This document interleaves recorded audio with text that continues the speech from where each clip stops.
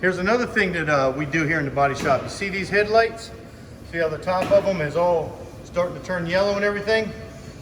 Chase is gonna DA these things down, which is gonna sand them, and then we're gonna clear them. This is the before, and I'll show you the after. Getting their DA'd. Hold on a minute. See, that's where you guys can kind of see the line in it. He's gonna keep on until he feathers that line out. This is the one that's not sanded.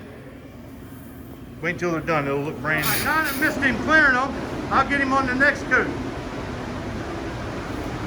I tell you what, I'd spray another quick coat on that one.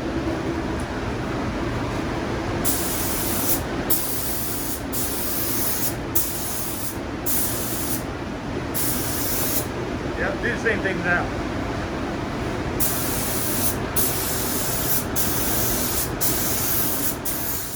Well, that's what those headlights look like now.